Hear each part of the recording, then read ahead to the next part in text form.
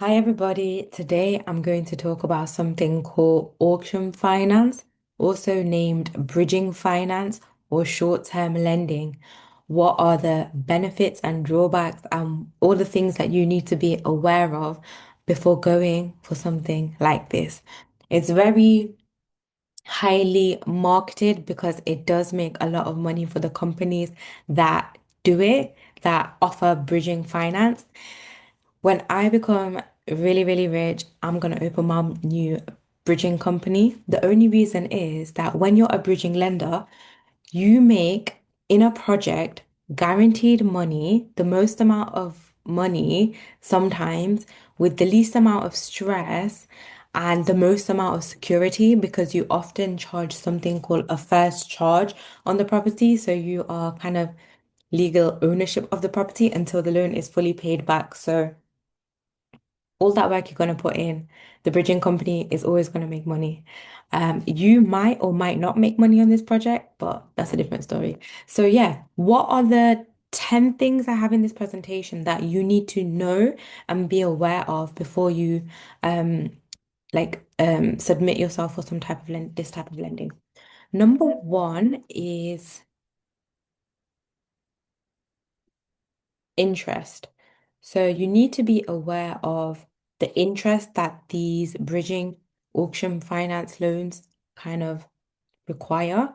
Normally it's 0.5 to 1.5% per month.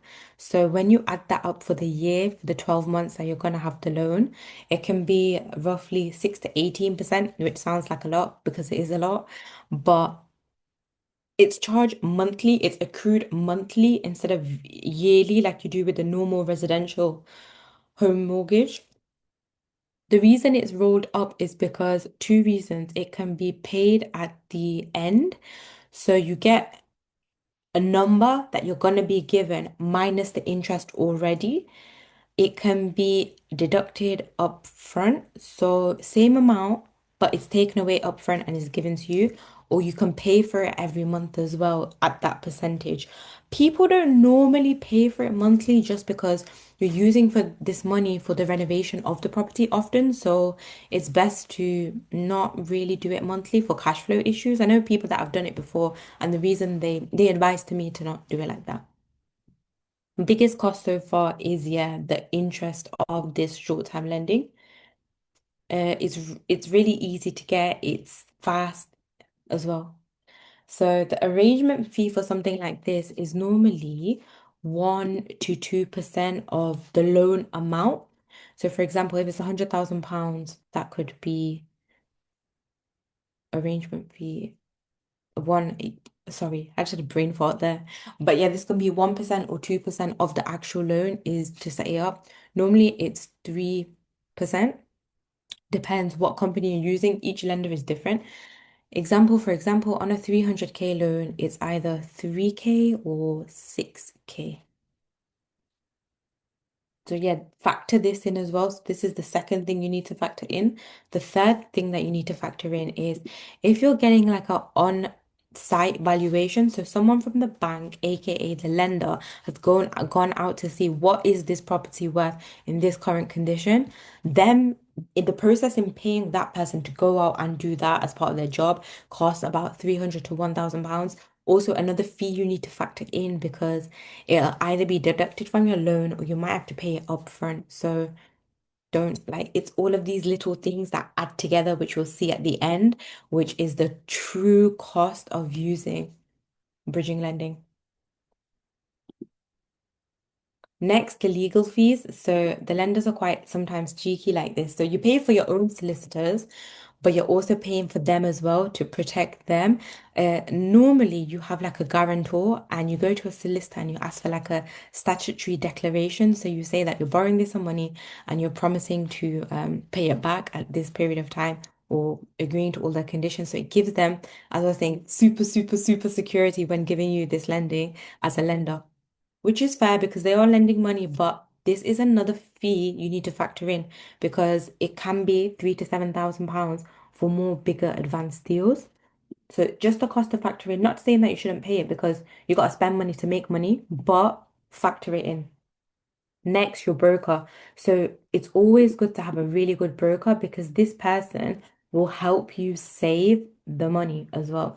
So they can look at all the deals available for property lending, see which one matches your profile, what lender is willing to lend on you, and yeah, can find you the best deal for the best price for you, taking into account all of these other additional costs as well. But in a good broker doing that for you, it costs as well. Some brokers have a fixed fee of like around about £2,000, but some brokers do charge 1, 2, or 3% of the loan amount, which is a big amount. And not only that, they also get paid from the lender for suggesting them to the client as well. So they're getting sometimes paid from both sides quite a lot. So you've got to remember that you hope that your broker's interest is in your best interest, not their best interest, to make the most of from you in borrowing this amount. So it's very good to have a good broker. If you need any recommendations, do let me know. Do have a good list of them. Next is something called an exit fee. So not only are they letting you borrow this money and now you want to pay it back, you're gonna have to pay it back. And there's a reason for this because the process in them lending you the money means that they're taking it away from something else that they could lend on instead and potentially make more money from. So the exit fee is if you're gonna leave it earlier, they're not gonna make as much money from you as they thought they were gonna make. So you gotta pay them normally around 1% of that. Some charge, some don't charge. But remember, in property, it's a big negotiation game. Negotiate where you can. And if you can negotiation that exit fee, make sure you can do it. Your broker should be able to tell you that as well. Next, so we're not done yet. We're only on number six, guys.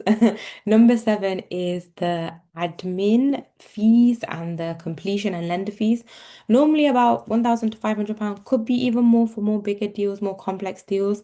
But this is another thing you need to factor in. It's not just the base, it's not just the loan, a lot comes with it. Number eight is TT, Telegram transfers. It's just, and guys, I'm just running out of things. They're gonna charge you. Just find out all of the nitty-gritty things of how much they're gonna charge you and have a contingency for that as well. So for example, here, 25 to £50. That's cheeky Nando's. You know what I'm saying? Number nine, we're not done yet. Number nine is the killer.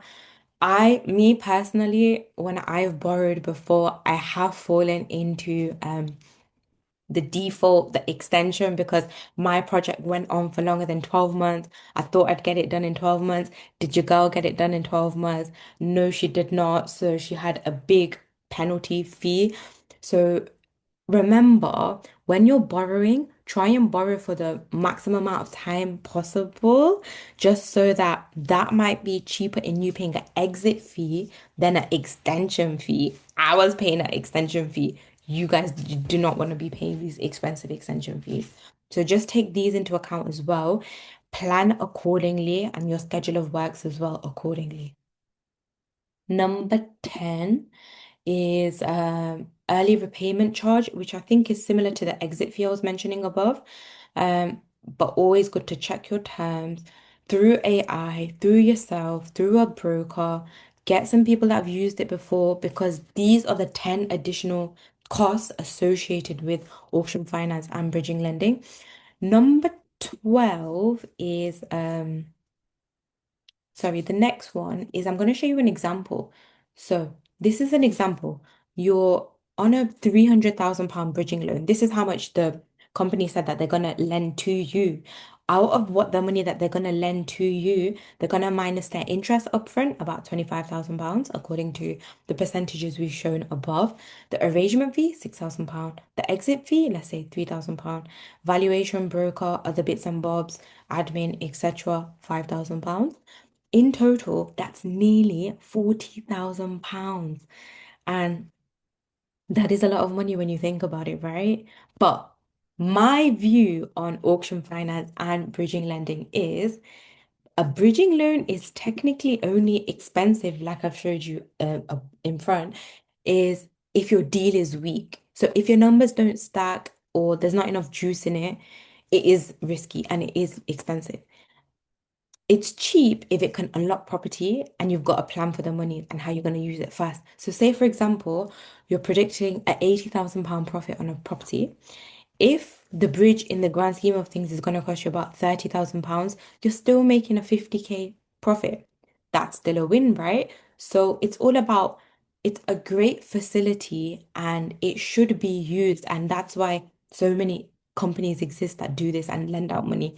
And people love to lend money because lending money is a big business in making money as well. So use it, utilize it, use it. Just know all of the 10 bits and expenses involved, and if your deal is good enough to use a bridging loan for it.